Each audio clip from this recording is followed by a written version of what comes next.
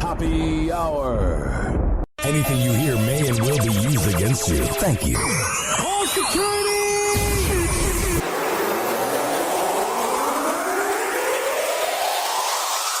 We met young Ryan Hoppe. Ryan. Okay, and your name? Ryan Hoppe. Okay, Ryan Hoppe. Where do you live? Arlington Heights. Ah, so you're from the rich north suburbs. What's going on, Ryan Hoppe? This is Tony Romo. Your buddy Ryan Hoppe. No one knows who Ryan Hoppe is. You never have to worry about offending Ryan Hoppe. Isn't he like 7 foot tall? He's 7 foot tall. He's a kid. He's a kid. He's got good mentors. And he's motivated.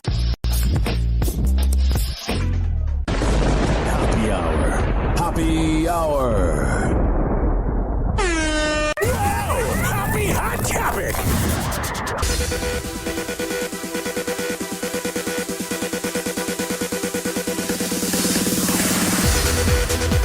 All right, let's get right into it because I have about 10 minutes and 42 seconds. This is Hoppe Hour.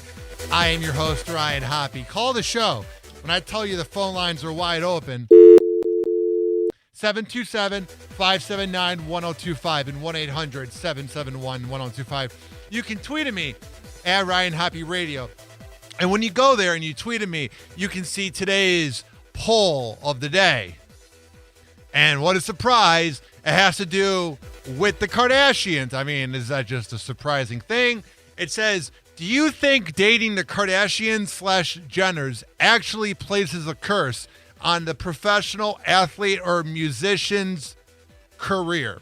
727-579-1025 and 1-800-771-1025. Because you can go down the list of everybody it's affected.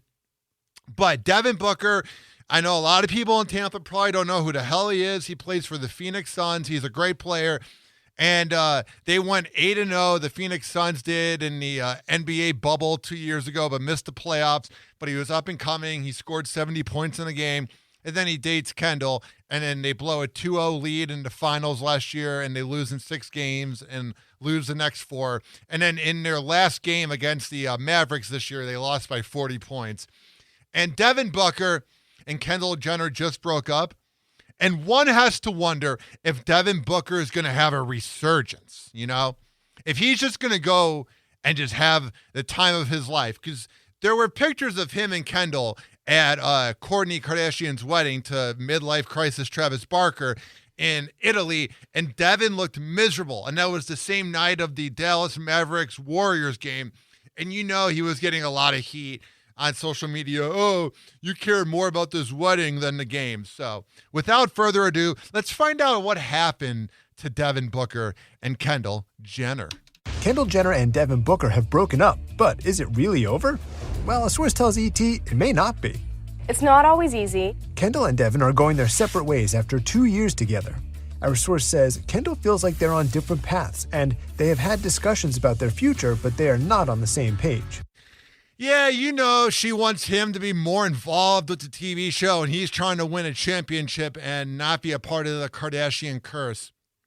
Because a lot of people go, oh, why isn't he on the show? And that because he's an introvert that plays basketball who looks up to Kobe, because Kobe trained him. Kobe trained him, Ben Simmons, and another player that plays for the Celtics. Before he died, he was training some players. And when you watch Devin Booker play basketball, it's a copycat of Kobe. He's just not Kobe. So you know he's trying to win rings, and she's trying to get a ring in a different way. However, there is a possibility they could get back together in the future. What's happening with you and Devin Booker? He's my boyfriend. That's Kenny during the Keeping Up with the Kardashians reunion special last year.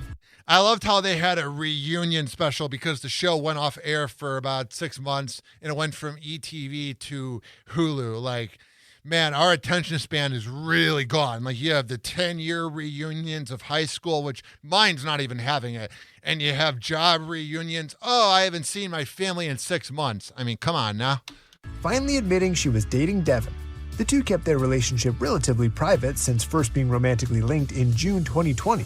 Kylie and I specifically have, had the opportunity to watch my older sisters, go through marriages and relationships and breakups and all these things and do them Glad to be there for you.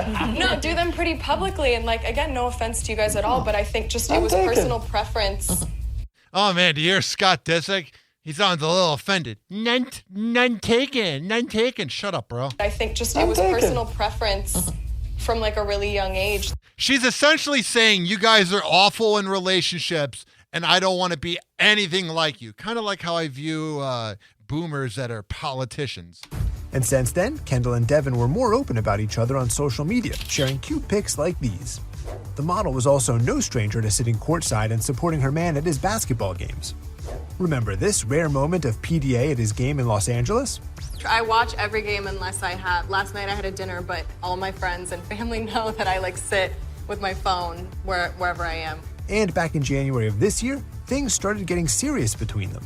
A source told ET at the time the couple were in a really great space. And why? Because they said they were in a great space and they were taking selfies? You never know what's going on in a relationship.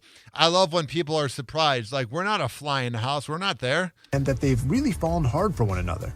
And then in March, Devin opened up to WSJ Magazine about being with Kendall and talked about whether it was hard to have the spotlight on his personal and professional life. I wouldn't say hard. Honestly, I'm enjoying life to the fullest, and that came off my tongue so easily because it wasn't always this way, but I feel like I'm in a good place right now. All right, I don't care anymore. 727-579-1025. I have a rule. If I'm bored, you're bored. So there's a lot of controversial things that happened this week. There's a lot of hate being spewed. But I will never hide my hatred for Jussie Smollett, that hack of an actor. He went on Sway in the Morning, which shame on Sway for giving this liar and this dividing douchebag a platform. I was there in 6.5 days. Lord knows I wanted to get out. This is Jussie Smollett talking about being in a psych ward. Yeah. Smollett is going into detail about his experience in a psychiatric ward following the actor's court sentencing. You know, he did that because he was trying to get out of going to prison, which he went for about 48 minutes and then got let out because Cook County, if you're not from Illinois, which most of you are not, is called Crook County because of Kim Foxx and the mayor, Lori Lightfoot. It's just always been so corrupt. But then again, that's every politician. So he got let out like right away. I am innocent. I did not do this. In December, Jussie was found guilty on 5 counts of disorderly conduct for his role in lying to law enforcement about a staged attack against himself. My favorite part about that, the fake attack, was it was negative 10 degrees in Chicago. And it was on Lower Wacker Drive, which is a really rich neighborhood. It's like a little like lower drive. It's like the opposite of a bridge, like you're going underneath. And it's where all the millionaires live. And there's really no Republicans in Chicago. There's a few, but it's people visiting from outside the suburbs to go to their job. There's no Republicans. Completely Democratic. And Jussie Smollett was like, there are these Trump supporters in a van who said, MAGA country. And it was like, bro, that's not even near Chicago, man. Like, what are you talking about, you lying hack? And then all the money that the cops put into that, when there's all these issues with Chicago, man. And then he gets away with it. The politicians literally let him out of prison, and they don't care that all the money went to waste. Ugh. Remember growing up, maybe it was just me, but I thought politicians were people you look up to, man. And now I'm like, good riddance. This has been about 8 minutes of Hoppe Hour. I got to go to Pride. It's going to be a fun time. I can't wait. It's just always a good time, man. Life's too short, dude. Like, if you identify as something, go ahead. As long as you're not hurting kids or animals, I want everybody to be happy. I want everybody to have a good time. I am such a narcissist that I'm not really going to judge somebody if they want to do whatever. So I want to be out there. If you see me, know that I am having a good time. And if you want to listen to Hoppe Hour, all you have to do is go to every single major platform that has a podcast and search up Hoppe Radio. But before we go, I got to play this jam for Pride. By an Ebony Fashion Fair talent. One of the greatest songs ever. Modeling career took off. You better work. Oh, yeah. Anybody out there at Pride? We got 90 seconds of the show left. Call in. I don't think people at Pride would be listening to Hoppe Hour. Because they'd be focused on the Pride Parade. Add me on Snapchat. I'm trying to grow it more. I had it on private, and then I was getting no views, and then I was like, whatever. So Ryan Hoppe Radio. But first... Oh, yeah. And honestly, if you have any homophobic tendencies in your heart, look yourself in the mirror and wonder what's wrong with you. Because everybody else is out there living life, and you disgruntled boomers or Gen Xers that take offense to it, get over it. Because us millennials and Gen Z, we are open-minded. And if you get to know us, we're actually pretty cool. Hoppe Hour. Hoppe Hour. You're listening to the Mike O Radio Show on 102.5 The Bone.